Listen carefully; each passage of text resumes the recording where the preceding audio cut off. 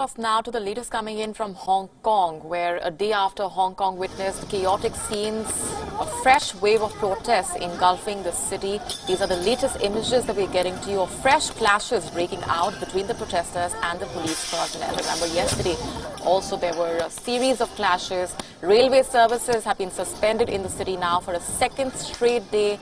Riot police personnel deployed outside the stations. The morning rush hour, in fact, witnessed long traffic jams as several roads remained closed.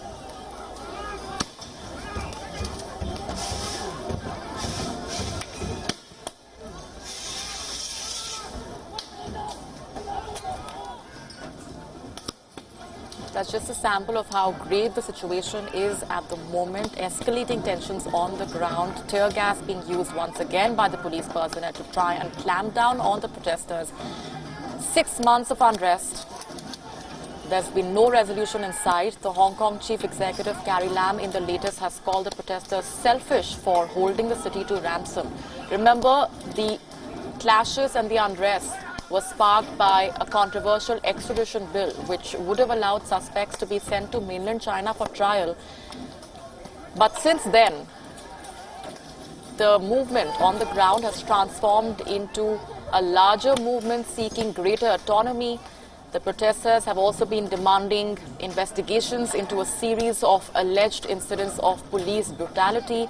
They say that the Hong Kong authorities are not doing enough when it comes to the demands that have been raised by them at several stages. Even though the extradition bill now stands withdrawn formally, the protesters are not convinced. Yesterday we saw once again an escalation in tensions, and that continues for several hours now. These are the latest images of tear gas being used by the riot police personnel who have been deployed once again on the streets.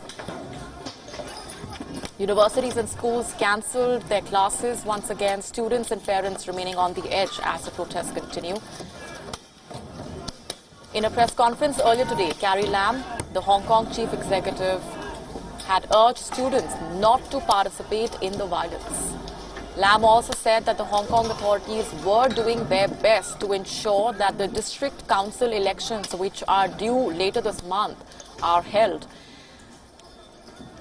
Yesterday, Hong Kong witnessed one of the most violent days since the unrest began about 6 months ago.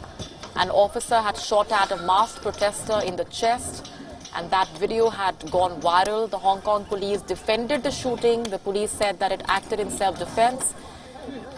A series of those incidents have been reported over the last 6 months. Several protesters were hit by tear gas fired by the police yesterday. Protesters went on a rampage, vandalizing coffee shops and schools across the city, as a result of which schools have been cancelling their classes. Protesters also hurled bricks inside a subway train station as flash mob demonstrations flared up in multiple Hong Kong districts. Protesters there seen holding umbrellas, and the police personnel firing tear gas, trying to contain those protests.